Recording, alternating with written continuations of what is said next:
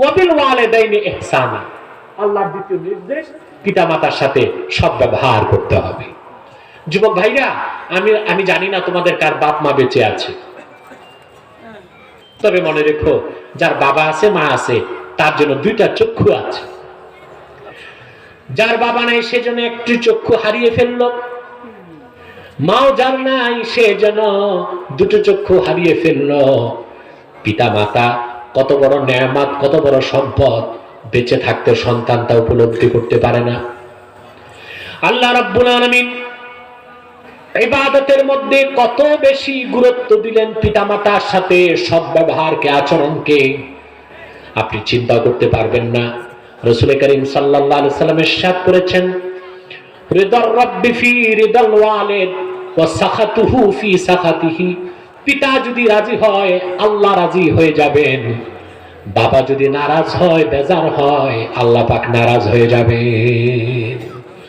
মনে রেখো, তুমি নামাজ পড়ো, রোজা রাখো, হজ করো, যাকাত দাও, দাড়ি আছে, জুব্বা আছে, সব আছে, তোমার বাবা তোমার মা যদি তোমার উপর নারাজ হয়ে মৃত্যুবরণ করে, আল্লাহর কসম কাল কিয়ামতে তোমার নাজাতের কোনো ব্যবস্থাই হবে না। পিতা মাতা প্রতি সদ্ব্যবহার, সদাচরণ, তাদের হক আদায়, তাদের মর্যাদা দেওয়াকে সন্তানের জন্য আল্লাহ পাক ফরজ করে দিয়েছেন। মনে থাকবে? আজকে আমার দেশে পিতামাতা অবহেলিত, ঠিক কিনা? যুবকরা বিয়ে করার পর রং বদলে যায়, বাবা মায়ের কথার খেয়াল থাকে না, তখন শ্বশুর আর শাশুড়ি আব্বা আর আম্মা হয়ে যায়, ঠিক কিনা? লইট্টা মাছের শুটকি বাবারে খাওয়ায় না, শাশুড়ি নিয়ে দেয়, ঠিক কিনা? তারপরে শ্বশুর বাড়ি যায় টাঙ্গাইলের চমচম আর মুক্তাগাছার মন্ডা, কুমিল্লার গরম রসমালাই নিয়ে, সারা বছরও বাবাকে রসমালাই খাওয়াবার জুরত হয় না, ঠিক কিনা বল? সাবধান, বাবা মা যদি নারাজ হয় সব শেষ, সব বরবাদ হয়ে যাবে। আমার ভাইয়েরা, পিতা মাতার অধিকার কত বেশি সূরা লোকমানে আল্লাহ পাক বলে দিয়েছেন। হযরত লোকমান তার সন্তানকে পিতা মাতার নসিহত করতে যেয়ে বললেন, শোনো সন্তান, পিতা মাতার হুকুম মানতেই হবে, আল্লাহর নির্দেশ। যদি পিতা মাতা কাফেরও হয়, মুশরিক হয়, মুসলমান যদি না হয়, আল্লাহ বলে দিয়েছেন ওয়াসাহিবুহুমা ফিদ দুনিয়া মা'রুফা। বাপ যদি কাফের হয়, মা যদি কাফের হয়, সন্তান তার সাথে দুর্ব্যবহার করতে পারবে না। আল্লাহ পাক বলেছেন দুনিয়ায় তাদের সাথে তুমি উত্তম ব্যবহার করবে, সদাচরণ করবে।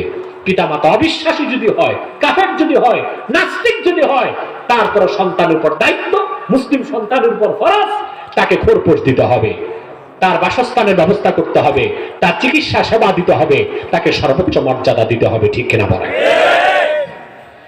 সন্তান, তোমাদের মধ্যে অনেকেই আছো বাপ মাকে কষ্ট দিয়েছো, আজকে রাতেই যে পা ধরে মাফ চেয়ে নিবা, পারবা না ইনশাআল্লাহ?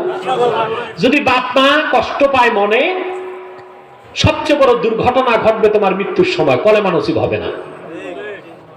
একটা কথাই বলে গেলাম যুবকরা, মনে থাকবে? আবুল্লাহ সামারকান্দি রাহমাতুল্লাহি আলাইহি তামবিহুল গাফিলিনে হাদিস নকল করেছেন। আল্লাহ রাসূল সাল্লাল্লাহু আলাইহি সাল্লামের জলিলুল কদর সাহাবী হযরত আলকামা রাদিয়াল্লাহু তাআলা আনহু, মদিনা মুনাওয়ারাতে ওনার বাড়ি, মৃত্যুর যন্ত্রণায় ছটফট করছেন। খবর আসলো রাসূলুল্লাহ সাল্লাল্লাহু আলাইহি সাল্লামের কাছে, ইয়া রাসূলুল্লাহ, ইয়া হাবিবাল্লাহ, আপনার প্রিয় সাহাবী আলকামা মৃত্যুর যন্ত্রণায় অস্থির, বারবার কালেমা পড়তে চায় কিন্তু তার ঠোঁটে কালেমা উচ্চারিত হয় না। রাসূল করিম সাল্লাল্লাহু আলাইহি সাল্লাম সাহাবায়ে কেরামকে নিয়ে আলকামার বাড়িতে গেলেন, যে দেখলেন আলকামার জবান বন্ধ, কালেমা উচ্চারণ হয় না। রাসূল করিম সাল্লাল্লাহু আলাইহি সাল্লাম আলকামার মাকে ডাকলেন, ডেকে বললেন, তোমার সন্তান আলকামার ব্যাপারে তোমার ধারণা কি, তার ব্যাপারে তুমি খুশি না বেজার? তিনি বললেন, ইয়া রাসূলুল্লাহ, ইয়া হাবিবাল্লাহ, একটি কারণে আমি তার উপর নারাজ। হাদিসের আমি মাফহুমটা আপনাদেরকে শোনাচ্ছি। তিনি বললেন, কাদ আসারা আলাইয়া ইমরাতাহু, আমার একটি গোসার একটাই কারণ, সে আমার সন্তান হয়ে আমার উপর তার স্ত্রীকে প্রাধান্য দিয়েছে। শুধু স্ত্রীকে মায়ের উপর প্রাধান্য দেবার কারণে মা কষ্ট পেলেন, আর অতটুক কষ্টের কারণে আলকামার জবান বন্ধ হয়ে গেল, কালেমা উচ্চারণ নসিব হচ্ছে না। কথা বুঝতেছেন? তাহলে কোন অবস্থায় মায়ের উপর স্ত্রীকে প্রাধান্য দেওয়া যাবে না। যাবে? স্ত্রীকে তার সর্বোচ্চ ভালোবাসা দিবেন, কিন্তু মর্যাদা ভালোবাসায় মায়ের স্থান আরেকটু উপরে হবে। ঠিক কিনা বলে? কখন আপনি মায়ের উপর আপনার স্ত্রীকে প্রাধান্য দিবেন না। যদি দেন হবে কি, আখেরাতেও সমস্যা, দুনিয়াতেও সমস্যা। দুনিয়াতে সমস্যাটা কি হয় দেখেন, আমার কাছে প্রতি মাসে আমাদের আব্বাসী মঞ্জুর দরবার শরীফ মাদ্রাসায় প্রতি মাসে 20 থেকে 50টা ফতুয়া যায়। বুঝলেন? আমার ইনস্ট্রাকশনে আমার ছাত্ররা লিখে, আমি দেখে সিগনেচার করে দিই। সবচেয়ে বেশি যায় তালাকের ফতুয়া। কি যায়? তালাকের ফতুয়া। আর সবচেয়ে বেশি তালাক দেয় আমি দেখেছি ফতুয়া দিতে যে প্রবাসীরা। কারা? বিয়ে করছে, বউ বাড়িতে রাখছে, বাচ্চাগুলো তো ইয়াজুজ মাজুজের কাজ করতেছে, এটা থামানো যায় না?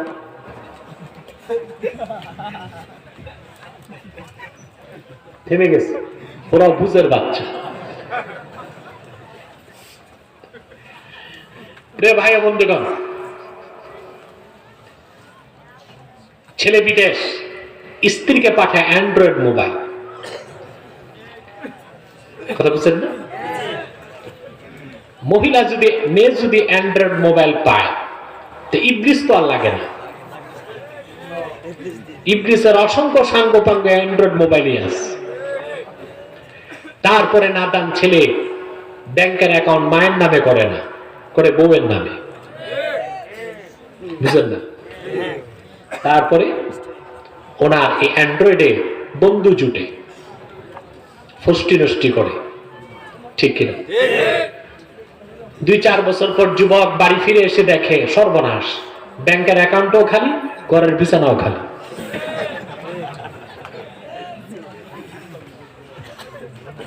স্ত্রীকে প্রবাসীরা আমার নসিহত রাখবেন নিজের মায়ের কাছে, নয় তার মায়ের কাছে। একা একই স্বাধীনতা দিবেন না, মনে থাকবে। আর মহিলাদেরকে বাটন মোবাইল দিবেন, অ্যান্ড্রয়েড মোবাইল দিবেন না। কারণ বুড়া মানুষ এখন অ্যান্ড্রয়েড মোবাইলে নষ্ট হয়ে যাচ্ছে, নামাজ পড়ে না, সারা রাত বসে বসে মোবাইলে রং তামাশা করে। ঠিক কিনা? আর যুবক যুবতীর অবস্থা যে কি হচ্ছে মোবাইলের কারণে, ফ্রি ইন্টারনেট হয়ে গেছে এখন। ঠিক কিনা? ওষুধ ফ্রি নাই, ইন্টারনেট ফ্রি। ফ্রিজের দাম দিন দিন বাড়ে, টেলিভিশনের দাম কমে। ঠিক কিনা? এখন সবচেয়ে সস্তা টেলিভিশন। ঠিক কিনা? আর সবচেয়ে দরকার ফ্রিজ, এটার দাম দিন দিন বাড়ে। কারণ শয়তান তার শয়তানি উপকরণগুলো আমাদের জন্য সহজ করে দিচ্ছে। তো প্রাধান্য দিবেন কি, মাকে না স্ত্রীকে? বলেন। এর মানে এই নয় যে আপনি স্ত্রীকে সকাল বিকাল পিটাবেন, তার অধিকার তাকে দিতে হবে। ঠিক কিনা? তার মহব্বত তাকে দিতে হবে, তার মর্যাদা তাকে দিতে হবে। কিন্তু সর্বোচ্চ মর্যাদা পাবে আপনার মা, পাবে আপনার বাপ। আল্লাহর হাবিব বললেন, আলকামার মা, মৃত্যুর যন্ত্রণায় তোমার সন্তান বেকারার, তুমি তারে মাফ করে দাও। তিনি বলেন, ইয়া রাসূলুল্লাহ সাল্লাল্লাহু আলাইহি ওয়াসাল্লাম, আমার কষ্টটা খুব বেশি, আমি তাকে মাফ করব না। আল্লাহর হাবিব সাল্লাল্লাহু আলাইহি ওয়াসাল্লাম সাহাবায়ে কেরামকে বললেন, শুকনা কাঠ দিয়ে আগুন ধরাও, আলকামাকে জ্বালিয়ে দাও। হযরত আলকামার মা অঝর দ্বারা কাঁদতে লাগলেন। হাদিসের মধ্যে শব্দ এসেছে, তিনি বললেন, ইয়া রাসূলুল্লাহ, ইয়া হাবিবাল্লাহ, ফালিদাতু কাবাদি, আমার কলিজার টুকরা আলকামাকে আমার চোখের সামনে আগুনে জ্বালাবেন, মা হয়ে কেমন করে তা বরদাস্ত করব? প্রত্যুত্তরে আল্লাহর হাবিব বললেন, আলকামার মা, দুনিয়ার আগুনে তোমার সন্তান জ্বলবে, তা যদি বরদাস্ত না হয়, তুমি যদি তারে মাফ না করো, আলকামা জান্নাত নসিব হবে না, জাহান্নামের আগুনে জ্বলবে, তা কেমন করে তুমি বরদাস্ত করে নিবে? হযরত আলকামার মা বললেন, ইয়া রাসূলুল্লাহ, ইয়া হাবিবাল্লাহ, আপনার কথায় আল্লাহকে সাক্ষী করে আমি বলছি, আমি আলকামাকে মাফ করে দিলাম। হাদিসের রাবী বলেন, মা ক্ষমা করার সঙ্গে সঙ্গে আলকামার ঠোঁট নড়তে লাগলো। সাহাবায়ে কেরাম কান পতে শুনেন তিনি কালেমা পড়তেছেন, আশহাদু আল্লা ইলাহা ইল্লাল্লাহু ওয়া আশহাদু আন্না মুহাম্মাদান আবদুহু ওয়া রাসূলুহু সাল্লাল্লাহু আলাইহি ওয়াসাল্লাম। সাবধান, মায়ের বদদোয়া নেবেন না। আমি জানি না সাপের বিষ আর মায়ের বদদোয়া কোনটা বেশি ক্ষতি করে, জানি না আমি। রাসূল কারীম সাল্লাল্লাহু আলাইহি ওয়াসাল্লামের হাদিস বুখারীতে এসেছে, ইত্তাকি দাওয়াতাল মাজলুম ফাইন্নাহু লাইসা বাইনাহু ওয়া বাইনাল্লাহি হিজাব। মজলুমের বদদোয়া থেকে বাঁচো। মজলুমের বদদোয়া আর আল্লাহর কাছে আরশের মাঝখানে কোনো পর্দা নাই। মজলুম বদদোয়া করলেই আল্লাহ তা কবুল করে নেয়। সেইখানে সন্তান যদি বাপ মাকে জুলুম করে, বাপ মা যদি মজলুম হয়, সে বদদোয়া কোনোদিনও বিফলে যেতে পারে না। মনে থাকবে? কথা বলেন। যদি বেয়াদবি করেন, বদতমিজি করেন, তাদেরকে অবমাননা করেন, অসম্মান করেন, আজকে যেই পা দুটো ধরে ক্ষমা চেয়ে নেবেন। পারবেন ইনশাআল্লাহ? যাদের বাপ মা নাই, মরে গেছে, বেয়াদবি করছেন, এখন কি করবেন? এটার উত্তর লাগবে? কথা বলেন। তাতে বোঝা যায় বেয়াদত কম না বেশি আছে। উত্তরটা দিচ্ছি, পিতা মাতার প্রতি যত্নশীল হবেন। পারবেন ইনশাআল্লাহ? আজ আল্লাহর কোরআনকে মানি বলি আমাদের দেশে পিতা মাতা মর্যাদা পায়। ইউরোপ আমেরিকায় পিতা মাতার কোনো অস্তিত্ব নেই। সন্তান জানেই না কে তার বাপ। মা যে কত লোকের কাছে গেছে, ও তো ছিল ওপেন ডোর। কত পুরুষের কাছে গেছে তার হিসাব নেই। ছেলে যে কার XYZ মা নিজেও জানে না। বুঝলেন না? এই জন্য সে দেশে বাপ মা রিটায়ার করার পর সন্তানের বাড়িতে আর জায়গা নেই, ওটা যায় বৃদ্ধাশ্রমে। কোথায় যায়? ওখানে সরকার তাদেরকে চিড়িয়াখানায় পশু পাখিকে যেভাবে পালে, ইউরোপ আমেরিকায় এত আধুনিক ওরা এত সভ্য হয়েছে, বাপ মা চিড়িয়াখানার পশুর মতো বৃদ্ধাশ্রমে থাকে। আমরা কোরআনের কারণে আলহামদুলিল্লাহ, হাদিসের কারণে, ইসলামী সংস্কৃতি তাহজিবকে মানার কারণে আজও আমার দেশে সন্তান পিতা মাতাকে মাথার তাজ বানায় রাখে। আলহামদুলিল্লাহ বলে, আলহামদুলিল্লাহ বলে। এটি তো ইসলামের সৌন্দর্য। আর তথাকথিত প্রগতিশীল আধুনিক সভ্য ওয়েস্টার্ন কমিউনিটি, পশ্চিমা দুনিয়া কি দিল বিশ্ব মানবতাকে? বাপ মা বুড়া হলে ওদের দেশে চিড়িয়াখানার পশুর মতো হয়ে যায়। ঠিক কিনা? জায়গা হয় কোথায়? বৃদ্ধাশ্রম। আমার দেশে একটা বৃদ্ধাশ্রম আছে গাজীপুরে। কিছু কুলাঙ্গার বাংলাদেশে আছে, পশ্চিমা সংস্কৃতিকে বিশ্বাস করে, বাপ মাকে খোরপোশ দেয় না, সরকার তাদের বৃদ্ধাশ্রমে পালে। ওই রকম কুলাঙ্গার সন্তান বেঁচে থাকার থেকে না বেঁচে থাকাই উচিত। কেমন সন্তান? কোন পিতা মাতা এটা চায় না সন্তান প্রতিদিন তাকে সোনার বাটিতে রূপার চামচে দুধ ভাত খাওয়াক। শুধু চায় সন্তানের সুখে সুখী হতে, সন্তানের দুঃখে দুঃখী হতে, আর চায় একটু ভালো ব্যবহার আর সম্মান। ঠিক কিনা বলেন? না আপনাদের বাপ মা বলে সোনার বাটিতে রূপার চামচে দুধ ভাত খাওয়াও? কথা বলেন। আপনার সুখে সুখী, আপনার দুঃখে আপনি যা খান সেও তা খায়। ঠিক কিনা? কি চায়? ভালোবাসা, সম্মান আর তার মর্যাদাটা চায়। ঠিক কিনা বলেন? পশ্চিমা দুনিয়া তাদের পিতা মাতাকে মানুষ হিসেবে মর্যাদা দিতে পারে নাই, চিড়িয়াখানার পশুর মতো বৃদ্ধাশ্রমে রেখে দেয়। বাপ যে কখন মরে সন্তান জানেও না। বাপ মরে গেলে বৃদ্ধাশ্রমের ডোম আছে, ডোম ডোম মেথড ডোম। ওই দেশের ডোম আবার আমাদের দেশের ডোমের মতো না, ওরা আবার ভালো পোশাক টোশাক লাগায়। বুঝবেন না আপনি, এটা ডোম। লাল একটা ফিতা পাঠায় দেয় বাড়িতে, এর মানে তোমার বাপ মরে গেছে। তাকে অপশন দেয়, আমরাই সৎকার করব না তুমি এসে করবা। কোন কোন সন্তান বলে আসার দরকার নাই, সময় তো নাই, তোমরাই করো। পশুর, মৃত পশুর মতো এটাকে মেশিনে গোসল দিয়া কোন রকম কাঠের কফিনে ঢুকায়া জাহান্নামের টুকরায় রেখে দেয়।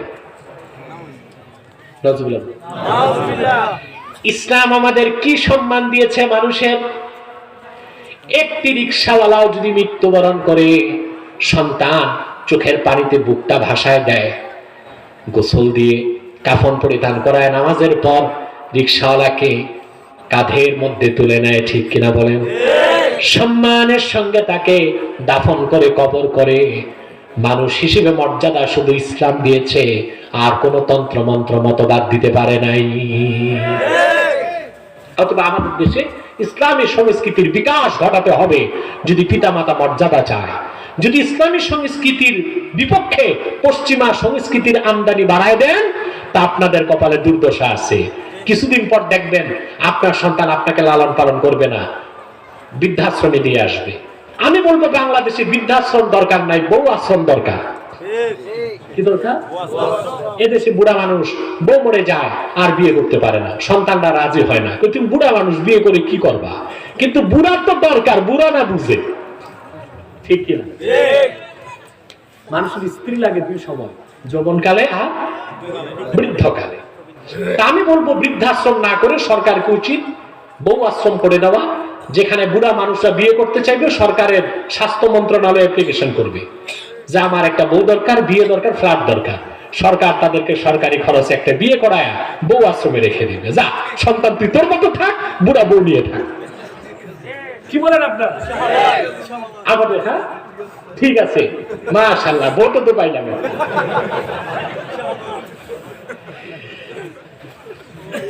আমার প্রিয় ভাই বন্ধুগণ, পিতামাতার মর্যাদা দিবেন। আর সম্মান তো করেন নাই, বেয়াদবি করছেন, মরে তো গেছে, করবেন কি? ফয়সালা দিচ্ছি আমি, আছে একটা সমাধান। পিতামাতার মর্যাদার ক্ষেত্রে আরেকটি হাদিস শুনিয়ে আমি বিষয়টা সমাপ্ত করতে যাচ্ছি। ইমামে বুখারী আদাবুল মুফরাদে লেখেন, আল্লাহ হাবিব নূর নবী মুহাম্মদ সাল্লাল্লাহু আলাইহি সাল্লাম যুদ্ধের আহ্বান করলেন, জিহাদের ডাক দিলেন। দলে দলে সাহাবায়ে কেরাম নিজ নিজ বাড়ি থেকে বিদায় নিয়ে মদিনা মুনাওয়ারাতে রাসূলুল্লাহর কদমে এসে হাজির হলেন। এক যুবক আল্লাহ রাসূলের কাছে এসে হাজির হলেন, এসে বলেন, ইয়া রাসূলুল্লাহ, ইয়া হাবিবাল্লাহ, আমি যুদ্ধে যাবার জন্য এসেছি জিহাদের ময়দানে, কিন্তু বাড়িতে আমি একা, আমার বৃদ্ধ পিতা আর বৃদ্ধ মাতার একমাত্র সন্তান আমি ছাড়া আর তাদের কেউ নাই। আমি যখন যুদ্ধের প্রস্তুতি নিয়ে রওনা হলাম, আমার বাবা মা অঝর দ্বারায় কাঁদতেছিলেন আর বললেন, বাবা, আল্লাহর হাবিবের সঙ্গে যুদ্ধে যাবার মতো তো অনেক সাহাবী আছে, তুমি আমাদের একমাত্র সন্তান, তুমি যদি শহীদ হয়ে যাও আমাদের লালন পালন কে করবে? খোরপোশ কে দিবে? দেখাশোনা কে করবে? তোমার যাওয়ার দরকার নাই। যুবক বললেন, ইয়া রাসূলুল্লাহ, ইয়া হাবিবাল্লাহ, আমি যখন যুদ্ধের জন্য আপনার দরবারে এসেছি, আমি দেখেছি বাবা মা দুইজন অঝর দ্বারায় কান্না করছেন। হাদিস সাক্ষী, আল্লাহর হাবিব যুবককে ধমক দিয়ে বললেন, ইরজি ইলাইহিমা ফাআদহিকহুমা কামা আবকাইতাহুমা, যাও, ফিরে যাও, তোমার যুদ্ধে যাবার দরকার নাই। যেভাবে বাবা মার চোখে পানি এনেছো সেইভাবে তাদের মুখে হাসি ফুটায় দাও। সুবহানাল্লাহ। পিতামাতার অধিকার, পিতামাতার মর্যাদা, পিতামাতার সম্মান সবচেয়ে বেশি, এই দিক আপনাদের খেয়াল রাখতে হবে। যদি বেয়াদবি করে থাকেন আজই যে মাফ চেয়ে নেবেন, পারবেন ইনশাআল্লাহ। এখন তাদের পিতামাতা মরে গেছে, তারা কি করবেন? বেয়াদবি তো করছেন, বউয়ের কুমন্ত্রণায় শ্বশুর বাড়ি যাইয়া রসের হাড়ি খাইয়া বাপ মারে ভুলে গেছে নাকি? আপনাদের দেশে এটা নাই? শ্বশুর বাড়ি রসের হাড়ি, 3 দিন পরে ঝাড়ুর বাড়ি। বুঝলাম একটা গোপন কথা ফাঁস করলেন, আপনারা 3 দিন পর জামাইরে ঝাড়ু দিয়া পিঠা।